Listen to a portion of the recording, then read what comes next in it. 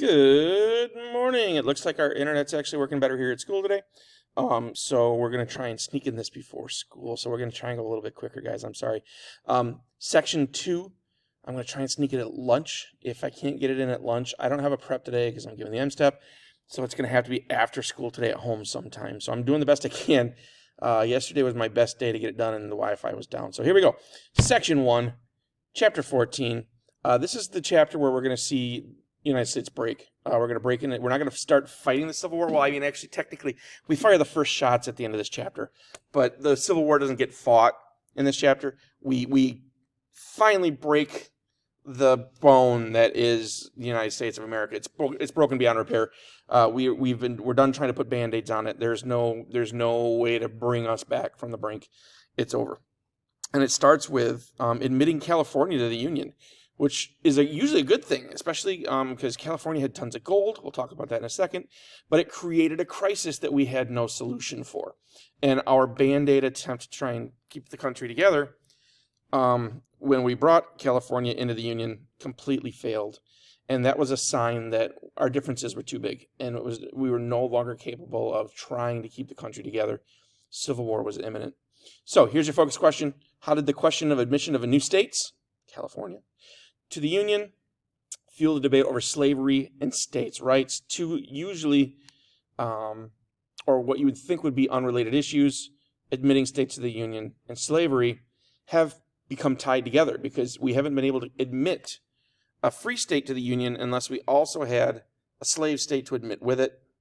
Well, we're not going to have that when it comes to California, and it's going to cause a crisis. So let's go ahead and get into the good stuff.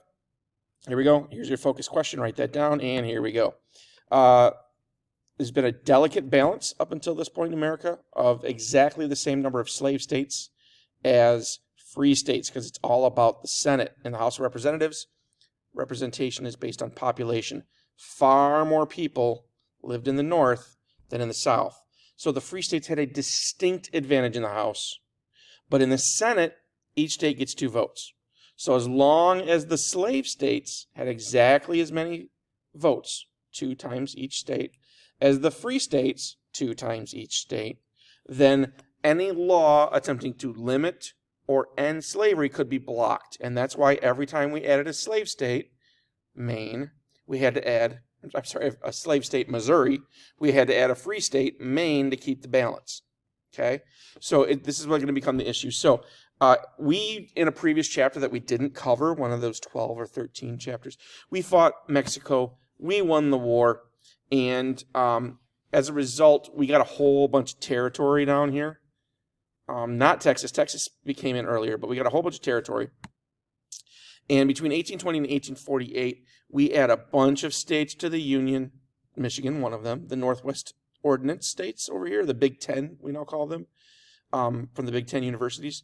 And while we're adding those states, we're also adding Kentucky, Tennessee, Mississippi, Alabama to kind of counterbalance them. So 4 free states, 4 slave states get added to the Union. After the Mexican-American War, we're not going to be able to really do that as well because the population isn't growing as uniformly. The territory we got from Mexico is largely desert and mountain. As a matter of fact, if it wasn't for the gold rush of 1848, California wouldn't have got admitted to the Union. This would have been a long time before any of these states joined America. As a matter of fact, other than Alaska and Hawaii, Arizona and New Mexico are the most recently added states to the Union. So it's going to be, another 100 years almost before there's enough population in these states to join America. So these states really were not considered to be a problem until that gold rush. So it becomes, as we gain more and more territory, the northern states make it a priority to prevent slavery out west. Slavery was a necessary evil in the South. It was just evil in the North. Well, out west, they didn't need slaves, so spreading it out west would just be evil, according to the Northerners.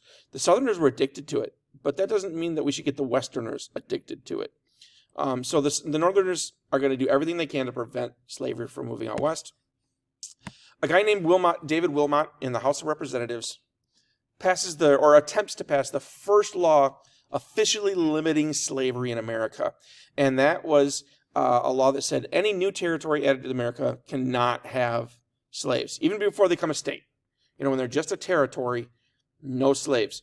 And it's very popular, of course, in the House of Representatives because the House of Representatives has a majority of Northerners in it.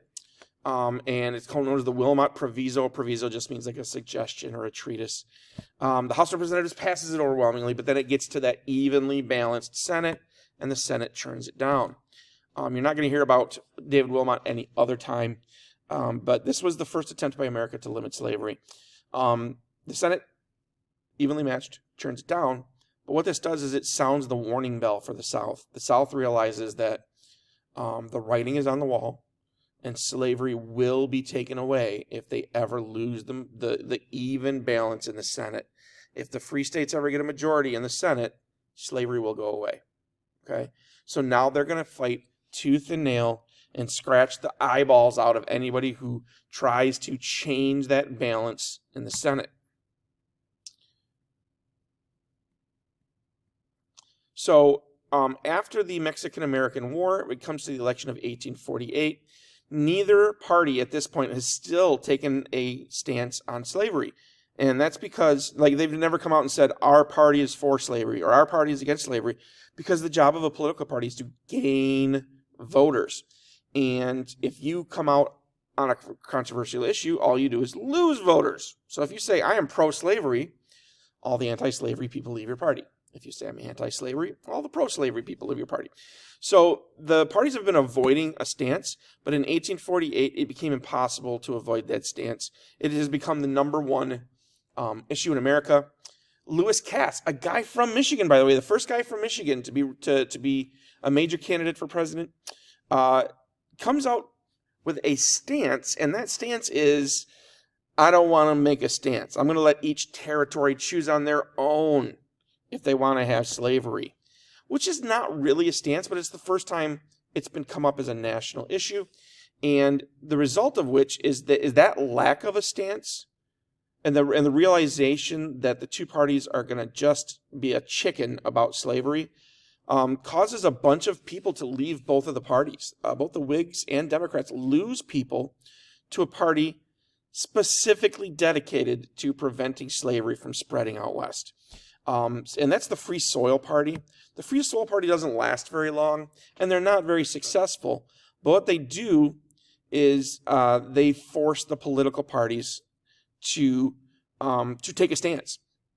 Because if the political parties want to win the election, they got to get some of these free soil people back. So the Whigs have to say whether they're for or against slavery, and the Democrats have to say they're for or against slavery. And that makes slavery now openly the number one issue in America. It has been privately and quietly the number one issue in America, but nobody wanted to admit it. Nobody wanted to take on the issue. Now they're forced to.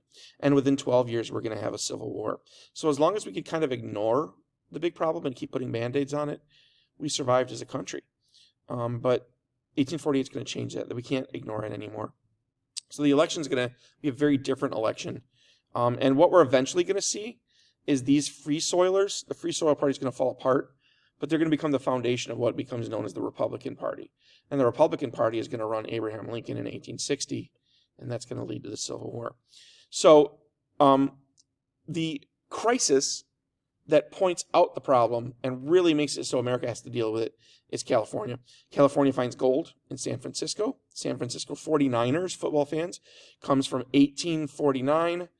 Thousands and thousands of people moved to San Francisco because gold was found there. I think it was like 200,000 people in 1 year, which is unheard of at the time. That's a ridiculous number of people, especially convincing you had to cross the entire country to get there, and there was no trains or roads. So class is getting ready to start. It's a ridiculous number of people. So California goes from a place where nobody's barely heard of to all of a sudden good enough and big enough to become a state. You needed 60,000 people to become a state, and we wanted to admit them to the Union. They had more gold in California than there was in the rest of the country combined. So we had to admit them to a union. Otherwise, they might join some other country. They might get attacked. They might make their own country. By the way, they kind of did briefly make their own country. So the North and the South argue, of course, over whether California is going to be a slave state or a free state. The North has a very good case. They say most of California is north of the line that was created in the Missouri Compromise. The Missouri Compromise said any area north of 36 degrees, 36.5 degrees parallel is going to be free. Anything south of 3630 is going to be slave. Well, most of the country and all of San Francisco. Remember, the people are not spread out in California. They're just in San Francisco.